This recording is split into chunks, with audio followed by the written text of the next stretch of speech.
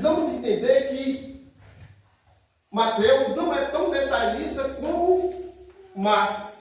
O Evangelho de São Marcos, que é o mesmo do Evangelho de São Mateus, porque os evangelistas, alguns deles escreveram até 2, 3 evangelhos que está presente, tem evangelho que está em Marcos, Lucas e João. Todos os 3 evangelistas escreveram um evangelho só. E esse, quem escreveu foi Marcos e Mateus. Só que Mateus não foi tão detalhista como São Marcos. São Marcos vai dizer que é o mesmo evangelho, que eram 4 homens. Que esses homens furaram o teto da casa onde Jesus estava ali pregando e levaram esse homem aleijado e colocaram lá diante de Jesus, que não podia chegar perto da multidão. E vendo Jesus, a fé dele, Jesus vai dizer: meu filho, seus pecados estão perdoados. E Jesus cura ele fisicamente daquela paralisia e perdoa os seus pecados. O mesmo evangelho de hoje. Olha como é que Mateus apresenta. Apresentaram-lhe então um paralítico deitado numa cama, vendo a fé que eles tinham. Jesus disse ao paralítico: coragem, filho, os teus pecados estão perdoados. Vendo a fé que eles tinham. O evangelista, ele é claro. Não vai dizer, vendo a fé que ele tinha, talvez aquele paralítico nem fé tinha. Certo?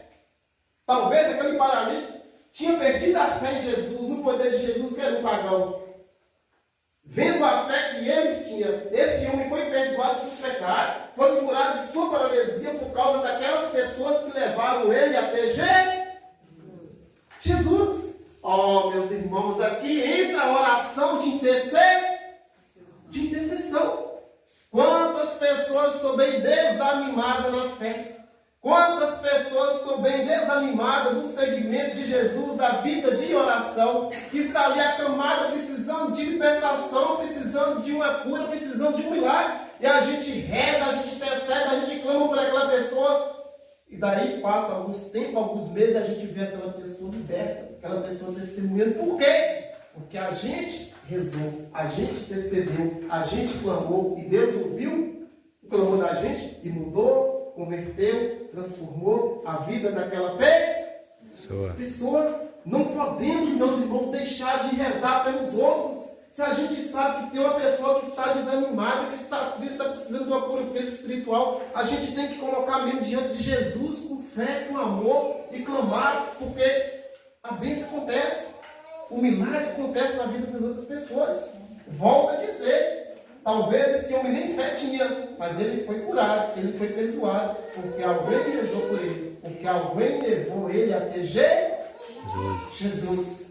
Então a nossa oração de intercessão pelos outros não é em vão, ela vale a pena. Deus escuta, Deus liberta, que nós possamos ser também intercessores, homens e mulheres que levam mais gente para Jesus, através da nossa fé, através do nosso testemunho, através da nossa oração de intercessão. E aqui também há outro detalhe para nós encerrar, né? Porque hoje é quinta, né? E é dia de fazer pregação grande, né, Duda?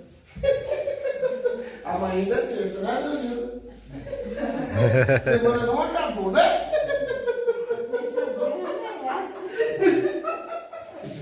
Precisamos, né, trabalhar, vamos ser resumidos. Aqui, meus irmãos, por que Jesus disse: meu filho, seus pecados estão perdoados?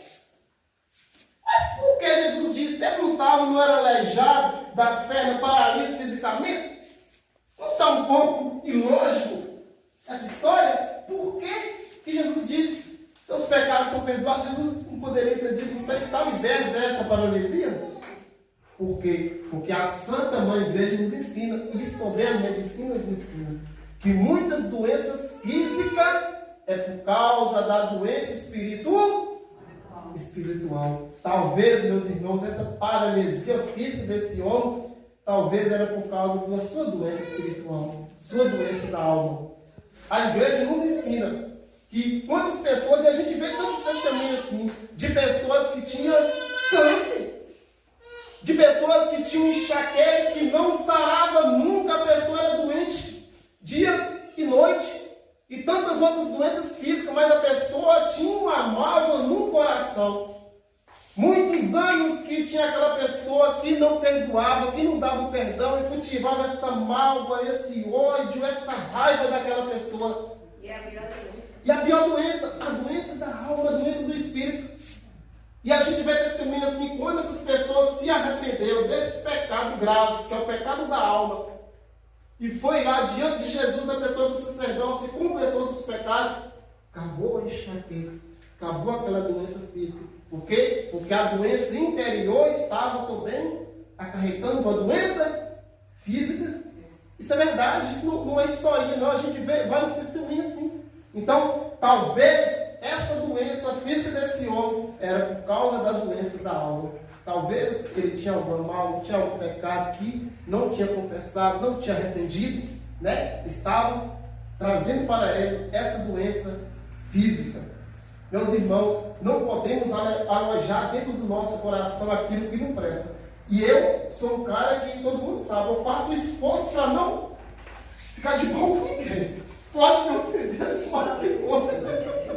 Para não ficar com raiva de ninguém. Por quê? Porque a partir do momento que eu fico de mal com a pessoa, que fico com raiva da pessoa, que é o meu prejudicado, que eu mesmo. Sabia disso? A pessoa mesmo se prejudica. É a gente que fica mais prejudicado, não é verdade? Porque talvez aquela pessoa fez alguma coisa com a gente e ela nem lembra mais que a gente